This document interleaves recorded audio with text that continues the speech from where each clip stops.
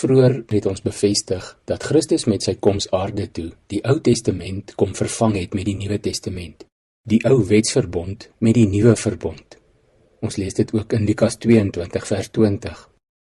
God se nuwe volk wat bestaan uit elkeen wat in Jesus Christus glo en wat in Openbaring 5 vers 9 opgeteken is, uit elke stam en taal en volk en nasie, en wat ons vroeër gelees het, die geestelike nageslag van Abraham is.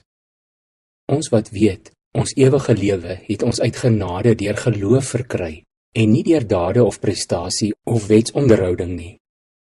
Petrus skryf in 1 Petrus 2 vers 9 oor die Christendom. Julle egter is 'n uitverkore geslag, 'n koninklike priesterdom, 'n heilige nasie, 'n volk wat aan God behoort, sodat julle die deugde kan verkondig van hom wat julle uit die duisternis geroep het na sy wonderlike lig. As wedergeborenes skryf Paulus ook, ons is Christus se broers en susters, Romeine 8 vers 29, en dit staan ook in Hebreërs 2 vers 11. Jesus self sê, ons is sy vriende, Johannes 15 vers 15. Ons is ook sy disippels, sy navolgers, sy ligdraers. En in Galasiërs 3 en 4 skryf Paulus uit pure ontsteltenis aan die gelowiges, moet in hemelsnaam nie terug wil beweeg, weg van die genade na wettisisme nie, weg van losgekoopte geesvervuldes na die ou natuur van slawe van oorgelewerde wettiese godsdienstige reëls nie. En dan slaan hy die spyker nog dieper in daar in Galasiërs 4 van vers 4 af. Hy sê, die bestemde tyd is vervul, God het sy seun gestuur, Christus het ons losgekoop, ons is nou as kinders aangeneem. En, dan voeg hy by, omdat julle God se kinders is, het hy die gees van sy seun uitgestuur tot in ons harte, die gees wat roep, Abba Vader. En dan, jy is dus nie meer 'n slaaf nie, maar 'n seun. En as jy seun is jy ook erfgenaam deur God.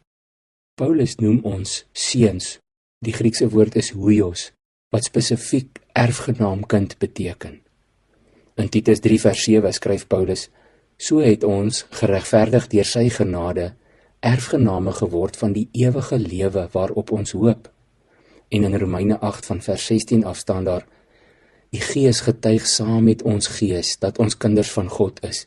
En omdat ons kinders is ons ook erfgename. Ons is erfgename van God, erfgename saam met Christus. Aangesien ons deel het aan sy lyding, sal ons ook deel hê aan sy heerlikheid.